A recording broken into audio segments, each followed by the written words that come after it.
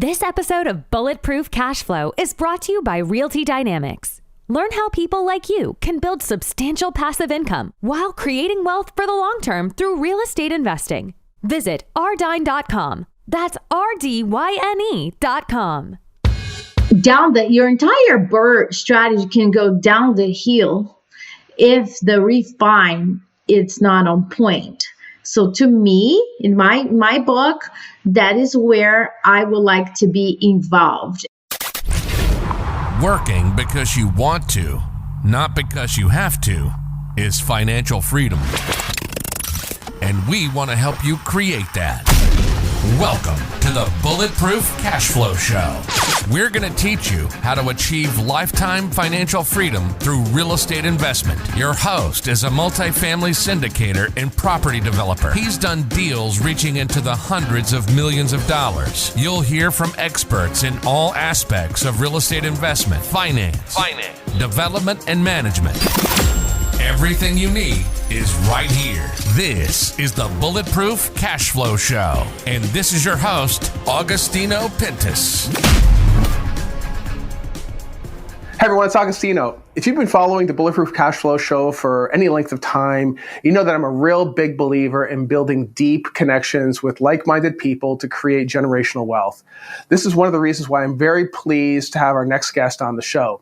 Now, our next guest knows all about building this generational wealth. She is a real estate veteran on a mission to teach women about financial freedom, cash flow, and everything related to real estate.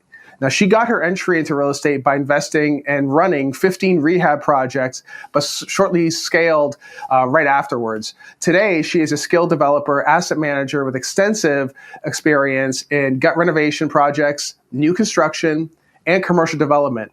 She also owns a rental portfolio comprised of long and short-term rentals. And additionally, she is the co-host of the Real Estate InvestHER show and the co-author of Only Women in the Room, Knowledge and Inspiration from 20 Women Real Estate Investors.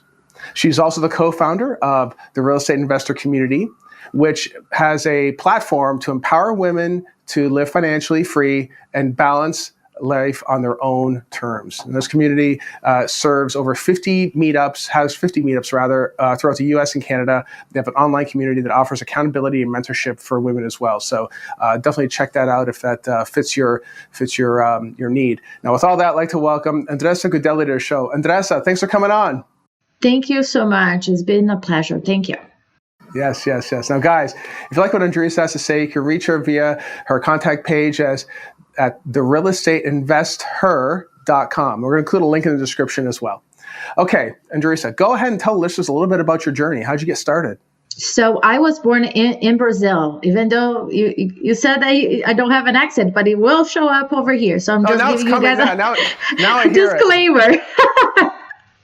So I was born in Brazil, and the goal was to come to the U.S., get my master's degree, go back there, get a job at a multinational company, build a family, get a picket fence, but we don't have picket fence over there, so skip that part.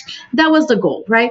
But over here, I met my ex-husband, and I was working for a door-to-door sales for Verizon.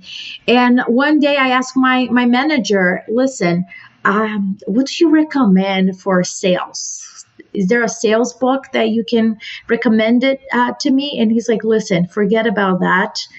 And he passed across the table this small, tiny purple book called Rich Dad Poor Dad. And I was like, what is this? He's like, you're going to read this and we're going to come back to it next week. You are going to be an entrepreneur. And I know that you probably don't see it, but I do. But you got to get introduced to real estate. I honestly didn't even know the meaning of the words real estate. There wasn't such a thing to think that there are people in the world that were not born with silver spoon in a wealthy family that are able to own multiple properties and the cash flow. That was not even a concept. So that was a really turning point. And then I was like, why don't more people know about this? what is going on? I have 2 master's degree in my back, never heard of a lot of the concepts that are being talked over here. So I got educated in real estate. I paid for my education at the beginning, and I started with a single family house in South Philadelphia. I studied the market as the palm of my hand, purchased it right. Did not do so well on the construction. I overpaid for it. Now I know. Then I didn't know that. Doesn't matter. What happened is that at the end, I pull a HELOC out. And that was the vessel for me to invest in other deals. The kick over there is that I appealed the appraised value that came to me.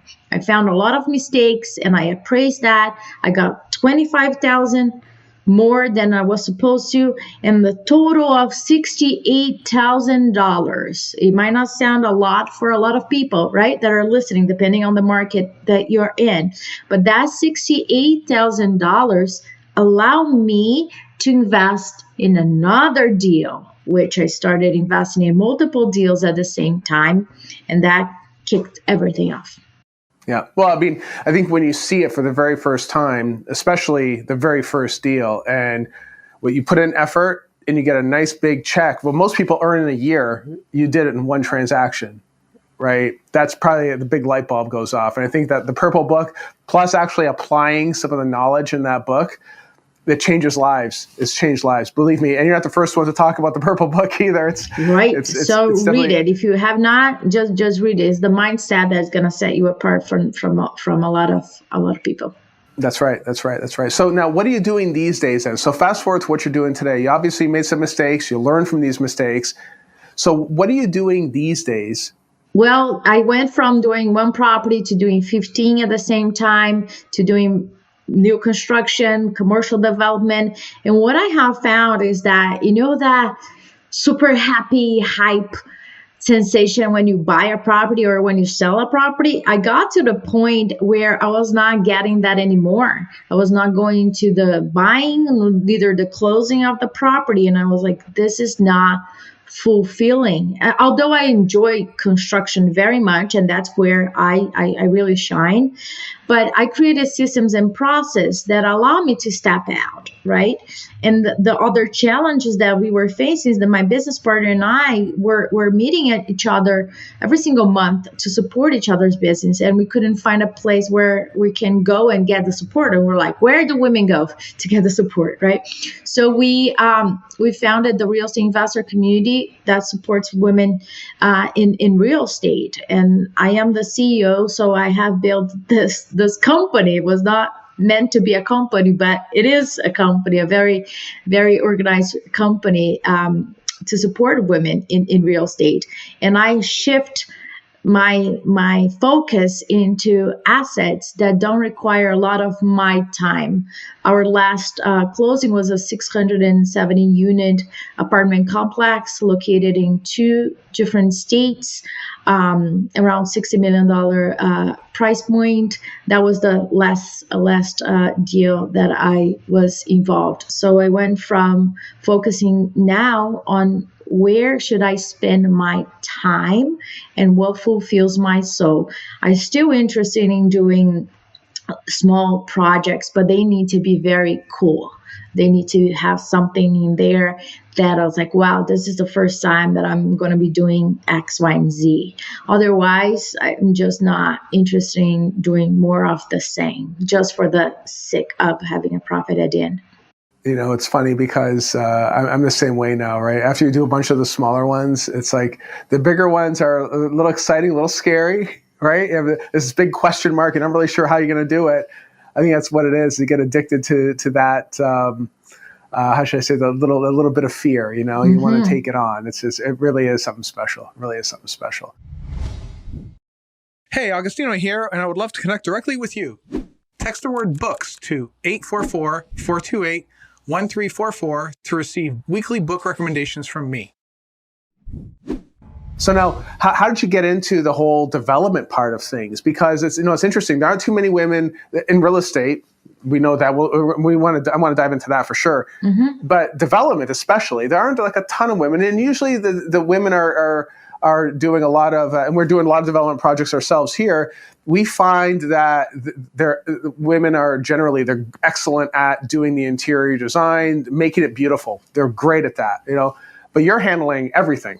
So how did you do that? How'd you discover that? Yeah, I think there's a misconception that people think that development is more difficult than rehab, and it might be, right? In my eyes, it's really not, because, and I think women will really shine on development because we can see things ahead, we can delegate, and we can plan extremely well, which are the keys for a good development. There's a lot of work that goes way prior when the first, machine or shovel goes down the ground to start the foundation, right? So all this planning that goes behind the scene is really what I really enjoy doing it. My first one was 2 or 3, I don't remember. See, after I gave birth, half of my brain is gone. So it was like 2 or 3 single family properties. That's usually what I enjoy doing, multiple at the same time, because then you can leverage. And I also thought at the beginning, let me just build a single family house. And I found out that if I build 2 or 3 at the same time next to each other, is the same energy, and it's actually better because I can leverage the suppliers, negotiate with the subcontractors. I enjoy that much more, and I think women will really enjoy the entire process because it's all prior. All the selections, the finishes, every single thing, is all prior. It's all part of the contract. So I implemented a lot of process and systems just to take the repeating out of the way. Unless it's a very custom property, you're going to see the same color in all my properties, all those years, and I get the same answer. Wow, is this sage? Is this green? Is this gray? It feels so good. It feels calming. Yes, that is what I've been using for more than a decade, the same color. Nice. Now, why do you suppose women are not as active in real estate as some of them are? Like, obviously, I know you're on this mission to really help educate women, help them get into real estate. But a lot of women I talk to try to help them get into real estate, they just don't either don't want to do it, or they're a little frightened. I'm not sure what it is. Like, what do you think it is? Well, when we started our podcast 4 years ago, we heard the following sentence. You're going to run out of women to interview. And we over 250 interviews, and we are booked 2 months ahead at all times. I don't think so. And here's what I think it is. Women are under the radar. They are investing. In fact, Fidelity did a survey in 2017 with all different types of investors, and they found out that women's return on investment is higher than men when it comes down to real estate, because we are more analytical and we looked at things as a long term. We take a little bit of less risk, quote unquote, less risk, because it's very strategic. So we tend to do not show off a lot, right? We don't go around posting pictures in front of our cars or waving out the checks that we get. We might have a lot of people that do that. That's totally cool if that's your jam. But there's a lot of women that are under the radar. And we're still talking to them on our podcast. We say, how the hell I didn't come across you before? You're a rock star. You're doing so many things. Why we don't have you speaking on stage? You have so much experience. And usually what they say is like, I don't have to be on stage. It's been cool. I run a multi-million-dollar business under the radar, and that's cool. But the conversation that we have then is that here's the reason why women need to be more in podcasts and in stage and expressing what they already do, because then other women will relate to it. They can see themselves in those women, and the next generation of girls can look at it and say, oh, my mom, she does development. My mom built this building. My mom can do that. Oh, I want to be a real estate investor. I want to be a developer. Girls will see that as a possibility for them. But if we don't see it, that is a problem. And that's exactly why years ago, Liz, my business partner, we were in a real estate conference and she was the only one on stage and she was on a panel. We're like, what's going on? And I started looking at the ladies around me and I was like, you should be on stage. And they started saying, you should be on stage.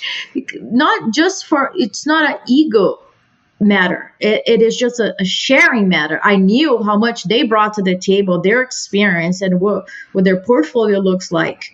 And not having somebody there on stage to share is really critical. So now the conversation started with the organizers of those conferences and saying, intentionally, here are a list of women and here their experience, their background. Next time that you put a conference, consider them.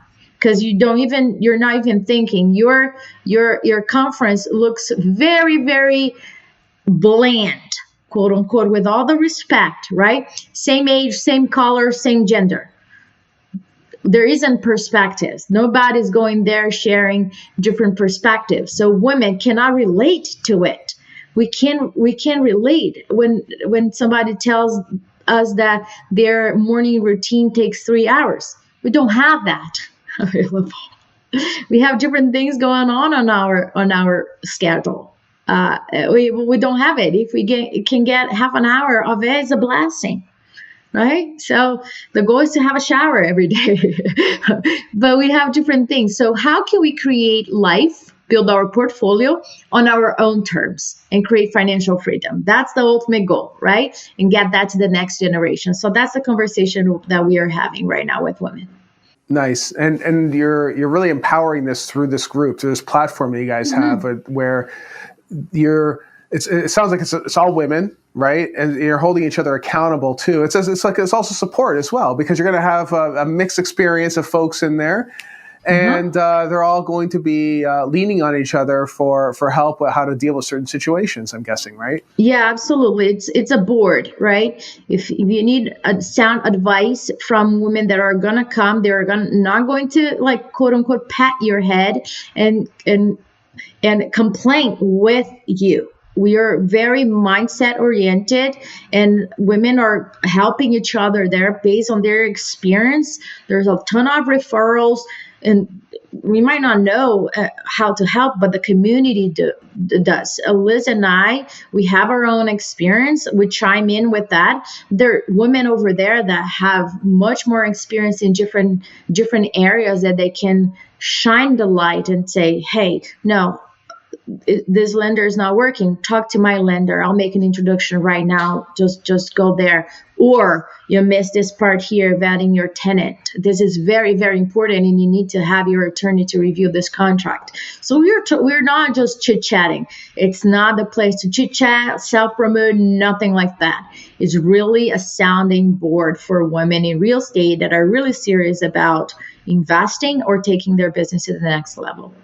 Nice. And they're doing all kinds of stuff in there. The ladies are doing multifamily. They're doing BUR Strategy. They're doing all kinds of stuff, right? Absolutely. We have people that are new. They're doing their first rehab, and that might look scary to them. And we have people doing 1031 exchange, multi-million-dollar deals. Nice. And is there a cost for this? Nope. For this platform? No Totally free. Cost. The Facebook community is totally free. For the women that are very seasoning and they want to build a team, put process and system in place, we have a membership called Strive. Those are just for selected members. Nice. So any ladies that are listening right now, check that out. That's going to be huge. I have some friends actually that are turning houses right now. I'm going to mention this to them because this could be very, very big for her. For this one I have in mind right now, it should be great for her. So now I know I just touched on the BUR strategy. Let's talk a little bit about that. So I know you're really big on that. So let's for the audience, maybe describe what it is and how does it work? Well, BUR is basically you buy a property, you rehab it, you raise the value of the property, you rent out, you refinance, get that cash out. If all the numbers worked out very well, you're able to do that. And then you repeat the process again. So it's no brainer. The key here is that I think a lot of people get mixed up is that unless you're adding value to the property and not over rehabbing, then you're able to execute that correctly. The thing gets very confused when people don't add too much value, get the under the value at the end under, and then they cannot pull the cash out to reinvest. And I always say that one of the final pieces, the refinance, is the key. And I don't want people that are listening, this is very important, folks. Don't accept the appraisal value as your final sentence. Doesn't really matter if I got the number that I wanted or if it is under. It doesn't really matter. I ask for a copy of that appraisal report and I dissect it. You will be very, very surprised how many mistakes I have found in the past. Like people, they're human beings. So think about this. They're looking at 3 or 4 properties a day, more or less. They might get confused with the information, right, that they're getting. So I had projects that they miss entire bedroom. I had one case that I got a denied letter saying that unfortunately I did not build equity enough to do anything. It was 0. And I appealed that and I got a 114,000 HELOC out of it. So tell me what's going on, right? Don't assume that people, are aware of your neighborhood. So you've got to know your neighborhood, your comps, and your numbers as the palm of your hand. Over the course of my career, I have appealed 5 times and have made over 300,000 over. If I have not appealed, I'll get 0 out of it. That's money left. So it's very important. On the table. Yeah. Well, it's funny because I actually had this happen to a portfolio of houses we're doing a refi on, and the lenders, out-of-state lender, didn't know the market, hired an appraiser that was not even in this market. I don't know why. They flew him in from Columbus to Cleveland, God knows. And their numbers were all wrong. I mean, totally wrong. So oftentimes the lender or someone on the team will say, sorry, it is what it is. That's it. So you're saying don't accept it, push it. Like you have to be a jerk about it is what it sounds like too, right? I think that in order for you to avoid that at the end, this process starts way before. Right? And if you want, I can share with you guys, with your audience, what do I do? So think that you will appraise, you will appeal the appraisal no matter what. So the day that the appraiser come by, I already have a nice report about what the information about this property, with all the number of the square footage, bedrooms and bathrooms, before and after pictures, breakdown of the construction, recommended comps, all of it. And I give it printed out. And I also send an email with that file just in case they want to use it. The email with the file has links on it. So just in case if they want to just copy and get the information over there. And I build rapport with the person. Think about this, right? I'm going to make an analogy here. Every time where I'm going to get my blood work done or any type of vaccine done, I want the person to have a great time. So her hand or his hand is like soft and I don't feel it. So I ask, how's your day going so far? What's going on? Do you have a good time so far? I don't want whoever came before me to affect what's going on. And I do the same thing with the appraiser. When he or she comes, I want them to leave whatever happened before in other houses outside. I want them to have a good time in my property. And that is crucial, that I can explain to them what was done in that property. And in my case, I know the construction from head to toe. So I can talk very openly about it and point it out why this property, I believe the value of the property is that amount. So that's when you start making sure that you're not going to get into a situation that you're going to appeal. But I behave if I will. So if I have to, that's the plan that I have. I already have done my due diligence. So it'll be easier to dissect his or hers report just by comparison. You know, that part is huge, what you just said, because some rehabber guys I know, not all of them, some of them are far better organized, but most of them are not. You organize all your stuff. I picture you probably have like a OneDrive somewhere with all your photos before and after. You have all your bills are all itemized on a Google Sheet or somewhere, right? So, and you also have your comps, to your point, not to overdevelop stuff, right? So you're looking to see, okay, what sort of kitchen is over in the 5 houses nearby that appraised for X? Well, if they all have, let's say, Formica, you're not going to put granite. Mm-hmm. And maybe you get a good deal on it. I don't know. Then fine. You know, if it's a scratch and dent or whatever, right? But normally, no, of course not. You know, you don't want to overdevelop, right? But no, it's beautiful. No, I think it has a lot to do with what you just said. Keeping everything organized and building the rapport. Building rapport is huge. People like I you know what? Previously I would never do that because we do some single families too. And but I started doing exactly what you're saying. Oh no, that works for sure. That works. Usually, I'm not talking to these people. Yeah, absolutely not. I think it's when it comes down to I am an integrator and I'm all about delegation. Right? There are a couple of things in my business that I don't delegate, and that are the crucial moments. So refinancing can go down your entire BUR strategy can go down the hill if the refine it's not on point. So to me, in my book, that is where I would like to be involved in person. So I can nail that and bring that home. Yeah, but I think, and I know you're also really big on scale. And yes, what he also said is important to note because. Yeah, sure. Maybe you have other folks that are handling the rehab specifically. You know, maybe you're picking the colors or whatever, but someone else is running the job. Mm-hmm. You're handling the acquisition.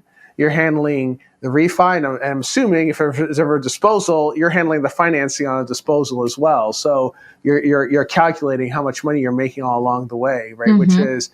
Which is as a CEO, that's what you're doing, right? That's how you're running the business. That's how you're running the business. Absolutely. I'm all about like if there is an activity, a task that needs to be repeated more than 2 times, that needs a standard operating procedure, right? For sure. I have a finishes list. I don't pick finishes. Use the same. If there isn't one in stock, use option 2. That is pretty much it. I think there's a lot of ego involved when like rehabbing a property, then like picking backsplash finishes and different types of things. I don't care. I look at the properties who sold faster for a higher price in my area and I copy that. That's it. Nice. Many times I am my own comps. So I already have the finishes in-house. So it's good. So it's all good. I just don't want to reinvent the wheel. I am not in the design business. I'm not. I'm the real estate business, providing a safe environment for families to live. And they love it. Other families love that house. Just duplicate. Don't need to reinvent the wheel. Focus on building your business. Yeah. Now, I think I know what you're going to say, but I'm going to ask you anyway. What sort of things are you targeting in a rehab then, aside from the things that are just obviously broken or there's a hole in the wall, whatever, but what are the things that you focus on that result in the highest return when you go to do that refi? Sure. One of the first things that I say is is the house watertight, right? I want to make sure there isn't any leaking. So I can change all the HVAC, electrical and plumbing, where the projects that I do, that's where I go. But I cannot do that if the roof is still leaking. So I start with the roof. Is it old? Does it need to be replaced? Can I just add another coat on top of it? Or what is the deal with that? And then second, I go to the mechanicals, the HVAC system, electrical. Usually where I am right now in Philadelphia, all the houses are old. They have 100 amp panel. That doesn't do much. I don't know what people did in the past with 100 amp panel, but anyway, 200 amp panel is that what goes. And the plumbing, right? And then I looked at, can I add square footage? We're in very tight houses over here next to each other. So I either build up, meaning a roof deck or a third floor, or I finish the basement so I can add square footage. Those are all and of course I do full gut. So the kitchens and the bathrooms, everything, it's all updated.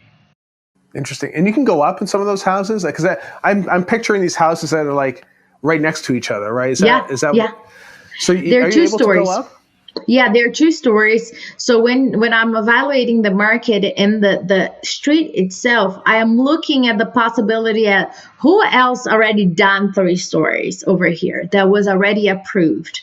If it is a neighborhood where both sides are all 2 stories, I am not going to be the number one pioneer here coming and fighting with the neighborhood that we need to go up 3 stories.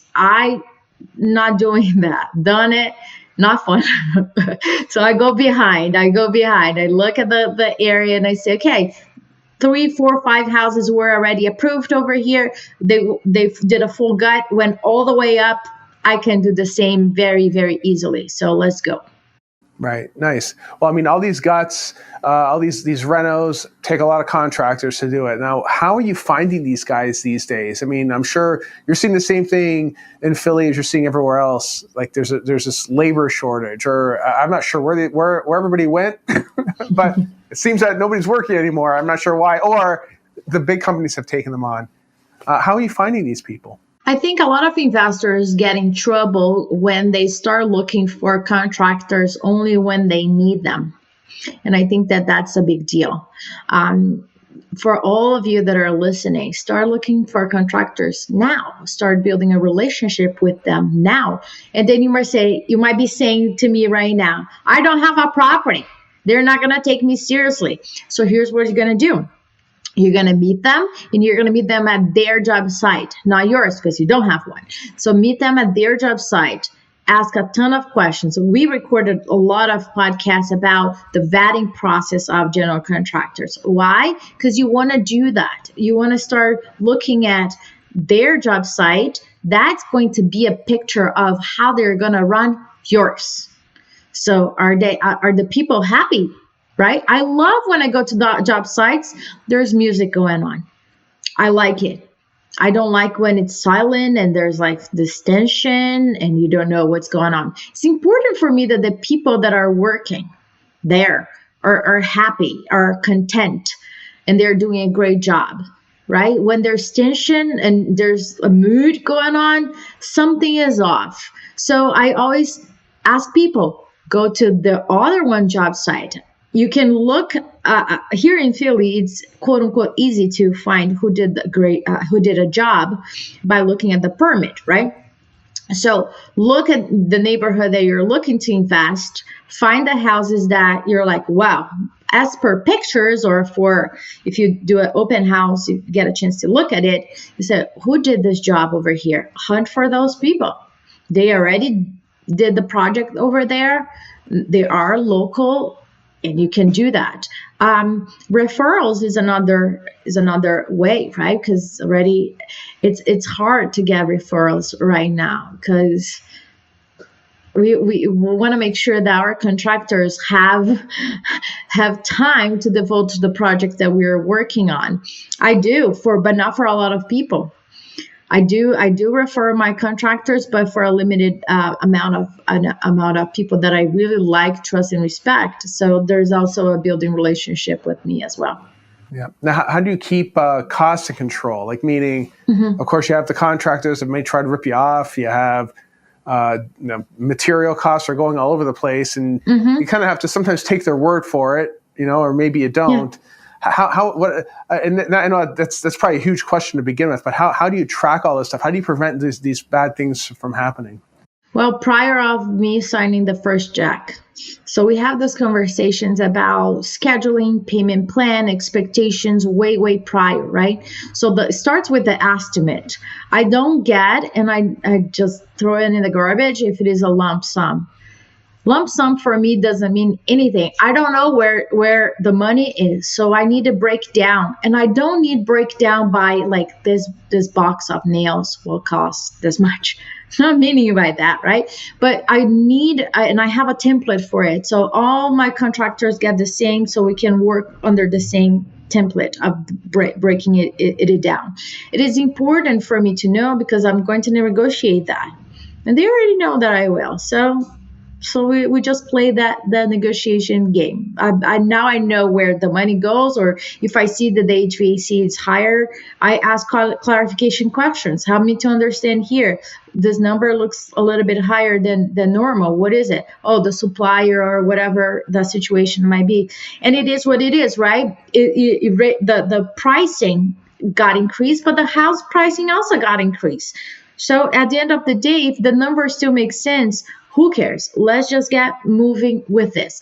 But before we sign the contract and everything else, we have agreed on the scope of work, the finishes, because the estimate is based on the finishes. We have a payment plan in place, meaning all the phases. Once phase 1 is done, this is the check. Once phase 2 is done, this is the check. And they are flexible, can move things around. But do not expect to get paid for things that were not done 100% completed. That's not the case. So we all have all of that, including the W-9, their insurance, everything in one package once we sign the contract and we're good to go. That's how I prevent. Yeah, no, I love it. It sounds like you have systems and processes in place that and you're also familiar with it too, but it's kind of like there's almost like a guardrail, right? Yeah. You know that if they're between a certain number and it's itemized, you know if someone's going to try to rip you off or not, see if they're padding it, right? So that's beautiful. No, yeah. Love it. Yeah. Love it. It's great. Well, I know we covered a lot of stuff here today. There could be some people listening right now, a nice lady perhaps that wants to get into real estate. She doesn't know what to do, where to start. Yeah. What sort of bulletproof advice would you have to offer her? Well, I would start with your mindset. I would recommend one book called Who, Not How, because many people that are, especially when they get started, they ask the wrong question. They ask, how can I do this? And I will shift it right away to who. Who do I need to become? Who do I need to connect with that can support me to accomplish my goal? So that's a very, very good book that it really was game changing for me, and written by Dan Sullivan. And Dan has a very, very well-known strategic coach company. And one of Dan's mentor, her name is Shannon Waller. She will be speaking at the Real Estate InvestHER Con on June 23rd and 24th. It's our first in-person conference with 5 keynotes led by Kim Kiyosaki and heavy keynotes and more than 20 sessions. The best of the best women in real estate are going to be there speaking and sharing exclusive, because I asked them, I don't want to hear what I heard before. So it's all brand new content that they're going to be sharing with everybody. Men and women are welcome. We don't discriminate, but it's dedicated to women. It's going to be tailored for women, taking consideration women's needs, schedule, and everything involved. It's going to be a 2-day transformation event. So I invite everybody to come. You can find more information on our website, therealestateinvesther.com/investhercon. Nice, excellent. We'll include a link in the description as well. Definitely, if you're anybody out there should go any one of these events, but especially if you are a woman that really wants to get into this line of business, definitely get a support network. Like I said before at the beginning, I'm a real big believer in building your network, and you can find some great friends going to one of these events that have like-minded individuals just like you. So definitely check that out. Yeah. All right, guys. Well, if you want to reach out to Andresa, you can reach her via the website, therealestateinvestor.com. Thanks for tuning in, and I'll see you next episode. Take care. You've been listening to the Bulletproof Cashflow Show. We hope you've enjoyed the show. We know we had fun. Make sure to visit our Apple Podcast page and leave us a 5-star review. We hope you've gotten some useful and practical information from the show. For real estate coaching, events, and resources, head up bulletproofcashflow.com. Till next time.